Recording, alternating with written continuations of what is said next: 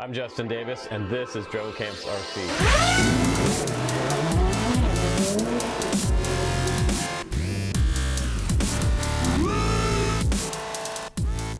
What's up, guys? Welcome back to the channel. Today we're going to review what might be a groundbreaking new product in our FPV community, the super cool Frsky R9M. Skywatch.Ai insurance is on demand, and anytime you need it, check out the link below. Here it is, guys, my favorite long-range module for the last year and a half. This is the Crossfire full-blown version. I paid over $200 for this module and around close to $50 for some of the Crossfire micros that go along with this one. But I do get maximum reliable range without any type of fail-safes. I've never had a fail-safe with this one, knock on wood, hopefully. But today we're gonna do a review for the new R9M radio system from Frsky. I'm gonna compare it to the Crossfire system, and we're gonna talk about the pros and cons of both of these.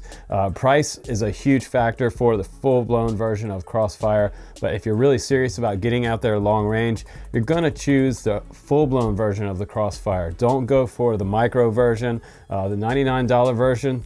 Just forget about that. If you really want to do long range, you want to get the full-blown version. Now, if you're a freestyle pilot or somebody who just wants to extend your range on your FPV cruiser or your cinema rig or your race quad, if you want to go out there a little bit further and not worry about fail-safing up the side of a mountain, a lot of people are transitioning over to the Frsky R9M module, and mainly because it's a third of the price and it actually does work. But like I said, there are some pros and cons about each one. One has a much higher output, the other one has less output, but it is also around $50 for buying the module itself and around $100 for the receiver package. So let's go ahead and break it down. Let's talk about the R9M, let's talk about the module, the receiver itself, and then we'll go outside and do some real world testing. Now, as you can see, I have the original full-blown version of Crossfire right here on the right-hand side, and it has that Immortal T antenna that comes along with it. And this module is over $200. But it does output up to 2 watts. So this is the big granddaddy of long range modules.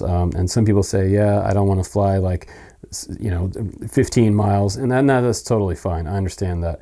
If you don't want to do that, if you're not trying to compromise your gear, if you're flying long range, I will definitely give you this advice. If you fly long range anywhere over a mile, you better have GPS and return to home on your system. You better be running iNav, because if you're not and you fail safe, you go below the line of sight and your signal drops and your quad drops or your wing drops, you might not find it unless you have some type of tracker on your airplane, on your aircraft. So keep that in mind. Flying without GPS over a mile away is just plain stupid, okay? Let's just be honest. Now, you're gonna have to go through some ropes and learn the ropes of iNav and GPS U-block setup and running GLONASS on your quadcopter or your fixed wing aircraft, but it's gonna be well worth it if you're trying to fly more than a mile away with this guy. Now, with this one, this is more for people who are wanting to fly some type of slow flow cinema style FPV, or you just want to get out there and fly up a mountainside with your FPV racer. Maybe it's a 5-inch race quad and you just don't want to fail safe at the end of your range on something like an XM Plus. Even though it is a full range micro receiver on a 5-inch quad, the XM Plus can fail safe anywhere in that range. So this is going to extend your range with the R9M, and for about $50, it's native to Frsky radios. So there's not a whole lot of mods you have to do like you have to do with the micro version of this one. Do not buy the $99 micro version of this one for your Taranis. You have to do some mods on it, or you have to turn down the baud rate, and that's just not cool. If you're going to buy TBS, get the full-blown version, spend the $200, bite the bullet, and you'll be much happier with this one. The R9M, you're going to have to update the module itself, you're going to have to update the R9 Slim receiver, and you're going to have to update the firmware on your radio to accept the R9 module. Now, both of these modules, if you're brand new to this, neither one of these are running on 2.4. They actually convert your radio to run 915 megahertz, so a completely different signal than your original 2.4 spectrum. And like I said, the receivers for this one are much more expensive, but in my sort of experience in the last year working with the larger version of the TBS Crossfire, the Crossfire Micro has never failed me. Even though it's a $45 to $50 receiver, I've never had any issues with TBS Crossfire. So let me just go ahead and get that out out of the way. I have way less experience with the Frsky R9M and the R9 Slim module than I do the R9 Slim receiver than I do this one. So for a long-term analysis, this is all brand new. So we're all just using this for the first time. Now, what I do really like about the R9 Slim receiver is the fact that it does have the similar footprint to the TBS Crossfire Micro, and it also supports dual receiver options. So you can add redundancy on here, and you can have two receivers running on some type of like FPV wing or fixed wing aircraft, or even your multi-rotor. So you can have ultimate coverage for your signal back to your module. So that's also a really nice option. And both of the connectors on here, they're both IPEX connectors on both of these modules, the Crossfire and the R9 Slim. So I believe that the antennas are actually going to be swappable. You could probably use the same antenna that's on the Crossfire Micro on your R9 Slim. So if you have some extras laying around, or you ordered some extras, you already have them in your shop, you could use those antennas on the R9 Slim. Now, one con of the R9 Slim might be the fact that you are going to have to update the firmware on here, and you're going to have to go to Frsky's website, Frsky's website, and you're going to have to download that bin file to your PC, and you're going to have to work that update through your radio. So and using OpenTX, it's going to be a little bit of a process to getting both of these updated. So that might be one con versus the Crossfire. The Crossfire does over-the-air updates, which I love a lot. So I start this guy up, and if it was connected to my TBS Agent software in the past week or two, it already does an auto update on the Crossfire. So that's really a nice option. You wait for about 30 seconds or so, and it updates the receiver from the module. So it's going to let you know on the screen when it's doing that. So that is a huge advantage of the Crossfire over the R9 Slim and the R9M module. And as far as power goes, this one does run up to 2 watts. That's way up there. Huge signal. Most people don't even fly on 2 watt. It's not even really needed for the type of flying that you guys are going to be doing.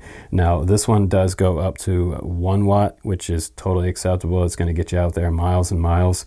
So I wouldn't really worry about it too much. But also, I noticed that in my bundle that I got, my Frsky R9M module box came with this new style antenna, and this is a 915 megahertz antenna. You can tell there's a huge difference between the 2.4 antennas.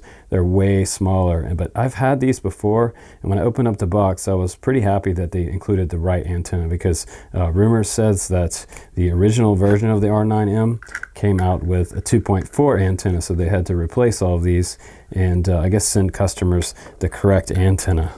Now here's a little closer look at both of these modules, and they both do have the XT30 connector on there, so you could run a straight XT30 connector right in here with your battery, and you're only going to power both of these with an external 2S battery. And the reason that a lot of people use an external battery on these is because both of these modules actually suck a lot of battery juice out of your radio's battery. And if you're out flying for hours, or you need to be out for an entire day, I usually bring a battery or two, just in case one is a little bit low when I go out, that I always have a backup for powering both of these modules. And guys, you probably already noticed that the TBS Crossfire does have this optional LED screen right here, and it does have this little joystick right here with a push button. And the best thing about this one, and I mentioned it before, if you're flying long range and you're going over a mile away, you definitely need to have telemetry set up, your RSSI set up, and you need to have some type of GPS with a field tested return to home. Don't fly out over a mile away and then test your return to home out there on your first maiden voyage a mile out, because I've seen it happen before and people have crashed and not having it set up properly for the return to home inside iNav. So field test that right in the field where you are first before you do any type of range flying. But the nicest thing about this is that it does display the last known coordinates, longitude and latitude of the current position of your aircraft on this particular module. And it's really nice because if you go out there, even if your battery flies off your aircraft, it still displays that last known coordinate right here on the Crossfire. This one does not have a screen, so you're going to have to rely on your DVR. If you have GPS and you have everything set up on your OSD, you're going to have to go back into your DVR to find that last known coordinate here, so you can enter it into your phone and go find your aircraft.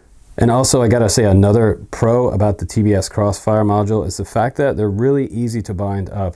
I mean, you just go to the menu, select bind here, and it'll start binding, and then you turn on your aircraft and you simply push the button once and it starts to auto link. So it's very quick to link up the TBS Crossfire. Now the Frsky version, the R9M, links up a lot like traditionally linking up any other type of XM Plus style receiver. You've got this button here, you turn on this first, and then you're gonna hold down this button and fire up your aircraft and put your receiver into bind mode.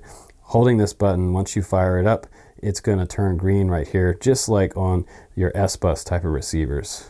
And now you're looking at the back of both of these modules, and they do have very similar setups here. Both of them are all the same inputs on the back of the radio for your power and signal going to the radio and coming out of the radio with that external module setup. When you set up these, you're going to turn off the internal setup on your radio. So you're going to make that the external, and with this one, you're going to select the R9M setup for external power. So you're definitely going to have a little bit of a learning curve getting this one set up, but with this one you're going to actually select Crossfire in your radio system menus. And this R9 Slim, guys, it does support full telemetry and up to 16 channels on here, and it also has an S port, and your bind button is right here. And like I said, it's very similar to the Crossfire micro version receivers that I've been using for a long time, but this one is actually only priced at $25, so about half the price of the TBS Crossfire Micro. And I think that's why it's so controversial right now, that this is kind of rocking the industry a little bit, because all this entire setup is a third of the cost when it comes to the module versus something like the full-blown TBS Crossfire. But there are huge benefits to having this screen here, and I will say that the TBS agent works flawless. A very, very nice piece of software from Trappy and those guys over at TBS. But you have to use OpenTX when you're working with this, because that's what's going to be native to the R9M and the receivers here, and working with your updates through your micro SD card and doing your firmware updates on these particular receivers. But not the end of the world. They are really nice, and there's a lot of good things that I can say about the R9 Slim. And if you're a guy who's sort of on a budget right now, and you don't want to spend $200 and then another $50, I mean, you're basically spending $250 to get airborne with the TBS Crossfire and their Crossfire modules, or the Crossfire receivers. So this one, you can actually get up in the air for under $100 and start doing some long range flying in FPV. So that's a huge value, and kind of reminds me of when iOmega came out in the mid-90s. iOmega came out with the zip drive. I don't know if you guys remember that. I'll put a picture of that here on the screen.